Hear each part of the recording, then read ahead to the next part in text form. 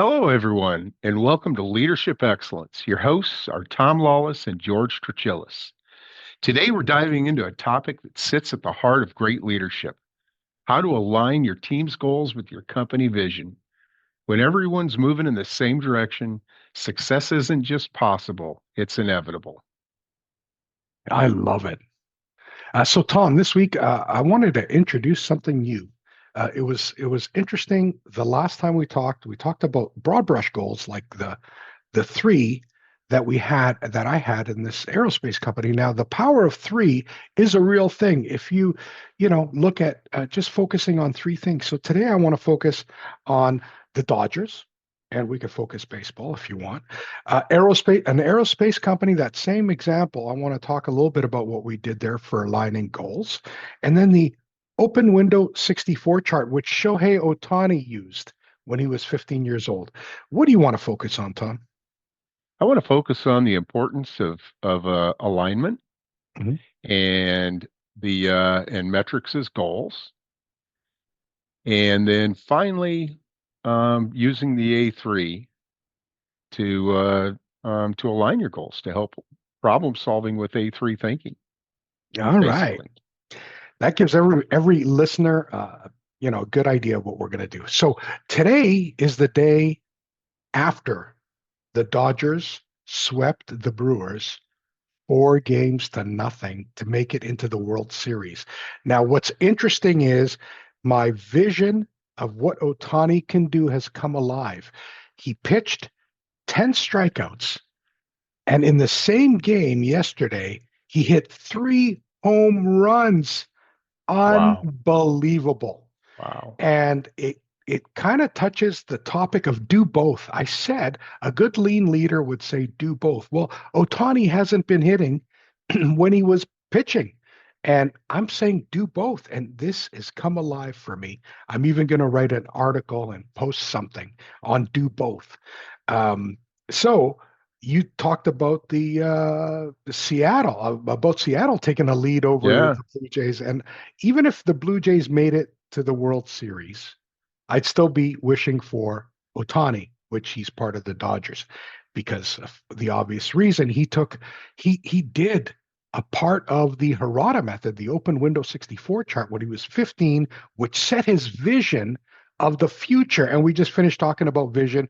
And of course, 5, 10 years out, Toyota's vision is to put a Hmm. smile on everybody's face. My vision is to put joy in people's hearts. So we have a vision, but we can't take that vision and make it reality without doing a whole lot of aligning of our goals and our actions. Execution is key, but executing towards what? So you want to talk about the importance of alignment then, Tom? Yeah, the importance of alignment. Well, this is a powerful concept in leadership. When a team's goals are aligned, meaning they connect clearly to the organization's larger mission and vision, people stop working in confusion, right? They start working towards that common goal, and it transforms just the thinking of just doing my job into contributing something that really matters, right? Um, Aligned goals are give teams shared understanding of where they're going Yeah, instead of that's so true. having competing priorities. I used to say, I don't care if we're going in the wrong direction, as long as we're doing it together. It kind of means we got the boat rowing in the same direction, even if it's the wrong direction. Absolutely. Yeah, at least we're doing it together and then we can adjust. So in this aerospace company that I was at, um, one of the things we talked about after, aligning a little bit of a vision, on-time engagement cash, the broad brush goals, then we hit some hard goals. We had to define what that meant, like a 20% gross margin. That was one of our main goals. And then what do you do? Well, we had 9 divisions in this company, all measuring something different. So we had 54 different metrics. And then we decided that, guess what? This isn't going to work for us. We're the same executive. We got to look at 54 different metrics. We took those and we said, which ones are key? We identified 9, and they were even those 9 were measured differently. and we assigned one executive per metric to go through all the divisions and figure out how we can measure it the same way. And that's what we did over 3 months. Our metrics became 9 from 54, and that became the goal for the teams below. And then we started what was called, you know, PDCA. So you want to talk a little bit about the metrics and the PDCA process, the problem solving process? Yeah. So, in a lot of organizations, well, performance measurement becomes a numbers game. You can have a ton of dashboards and charts and KPIs and everything. What you really want to try to do is have fewer, more focused metrics. That way, your team can stay focused. There's clarity. Uh, Clarity in the data doesn't just come from more data, or clarity doesn't just come from more data. It comes from meaningful data, right?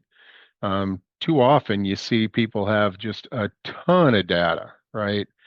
And that data doesn't tell anything. It shows how smart they are on putting data together, but it doesn't really focus on what does the team really need to do. So go ahead. Yeah. Well, look, you said the magic word data, and I know through your training, because I've heard you say it, is we want to turn data into information, and that's the key. So we want people to have the information. So with problem solving, now that we've kind of looked at the data, made it information, now we've got to get every leader in the different divisions, and that's what I did there, is get them to understand what their contribution is to the gross margin. So guess what? We had one particular division making 50% gross margin. Other ones are losing money, so their contribution isn't to go down to 20%, it's to get to 60 because they could. And then we looked at the overall numbers and we said, how do we get to 20% gross margin? And we had to drop some product lines. We had to drop some products. We had to tell Airbus and others, look, we can't do this. The Joint Strike Fighter program, that was a nightmare. So we had to do things to get our gross margin up for the sake of the business and long term thinking. And each of the leaders had to choose at least one problem that they were helped with, and I helped them with it for problem solving. Problem solving is the dynamic of a learning organization. And they did not know how to problem solve or do like anything related to A3 thinking. How do you identify the problem? And I told you we used the book to implement. So it was not, something we couldn't hand them as a manual. Here's your manual. Go do it. But every single leader wanted the help to go through it with their team. And that's the way to do it is you got to show them and then get them to show you what they're doing with it. Anything else on problem solving, Tom? Yeah, well, when you're talking about an A3 too, it's even more than just a problem-solving tool. It's a disciplined approach. It helps people communicate because showing, right, you show people something and they understand better than just telling them. And it helps align those goals across all levels of a business. Brings everybody into, it goes from the vision, the goals, the process, the results, and it gives a structured dialogue. Helps in with the decision making and gets the facts and not just opinions. Yeah, that's excellent. So you're reminding me now that what I learned from the Shingo Institute is one of their discoveries between the best companies out there that have sustained results and the ones that did win the Shingo Award or the Shingo Prize that did not sustain the results over 5, 10 years. And there was a big, big difference. And one of the differences was that they understood the principles behind their business. A principle is like a truth. Like, for example, customer first might be a principle. You better take care of your customer. That better come as number one over maybe even the employees. If you're not going to be able to take care of your employees unless you take care of your customer first. That's like Mhm. a that's like an interesting topic because it's again do both. Take care of your employees so they can take care of the customer. Do both. Yeah. So that's like systems in play right? You got to create the systems in your organization that get you the results that you're looking for. And don't forget which one is the antecedent, the one that comes first. Don't forget that your people come first. They develop the systems, and the systems will get you the results. So, any comments Sure. before we look at the open window 64 chart, which I think is just amazing for every company. No, go right into the 64. I love the open Windows 64. Yeah.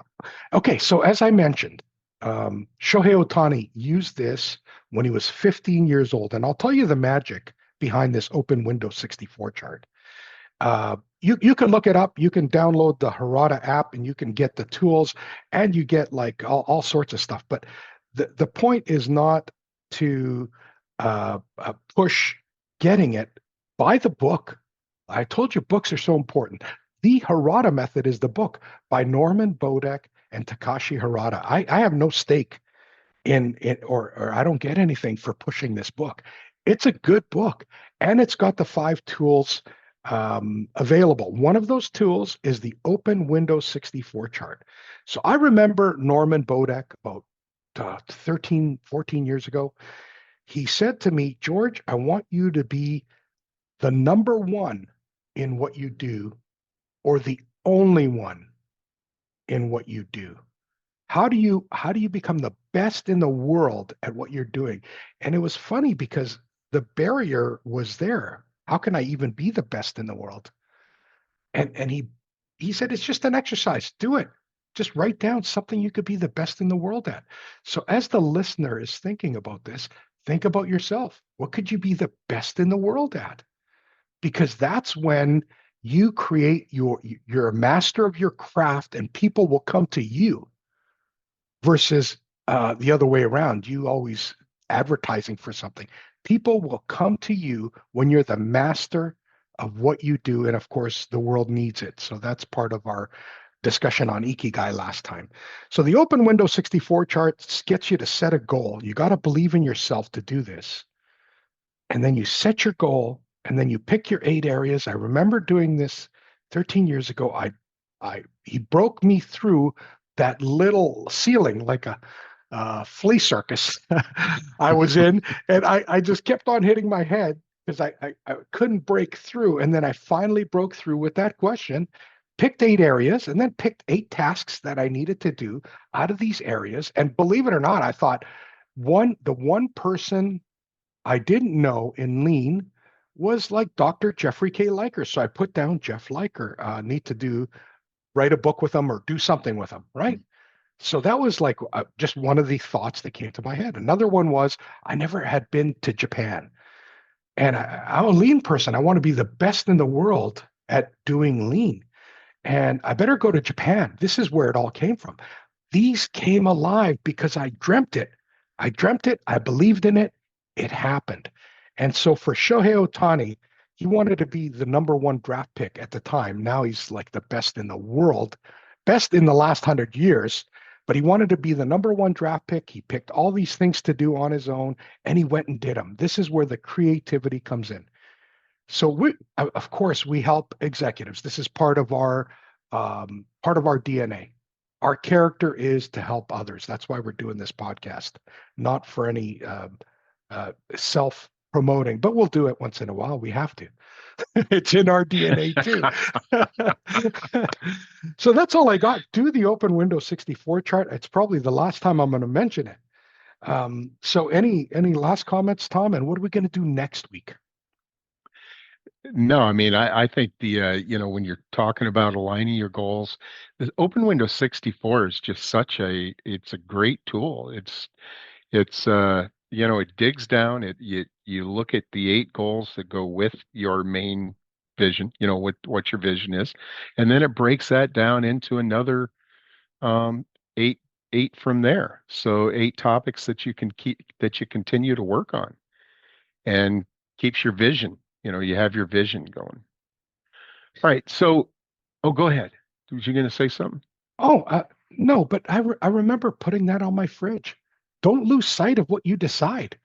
And my vision was 10 years out at the time. I put it on my fridge. I started doing it. Part of the vision was to travel the world, and I was doing that. And I remember Joanne saying, "Well, what about me?" As if she's in a wheelchair or something. She was working at a job at the time. You know, what about me? And I said, quit your job. Let's go. Well, and then we had a 64 chart on what do I need to do to get Joanne to quit her job? And she listed 64 things for me to accomplish. Wow. I accomplished 35 or something. She said, well, the money's taken care of. So I can do it, but I don't want to. The next day she goes into work, her boss pisses her off. What a bad boss. Because she called me up on the phone. She said, George, write my resignation letter now. And it was done. And then we started living the dream, traveling the world as I was consulting over the internet. It's amazing what you can do. Just write it down. There's the power of writing. That's all I have to say. Yeah. Power of writing, power of vision, right? Next week, y- next week, join us for True North Values. This is at the center of our leadership excellence model. Yeah, wonderful. True North values. In other words, how to behave. Great. Yes. See you next week. And thank you, Tom. That was really good. Thank you, George.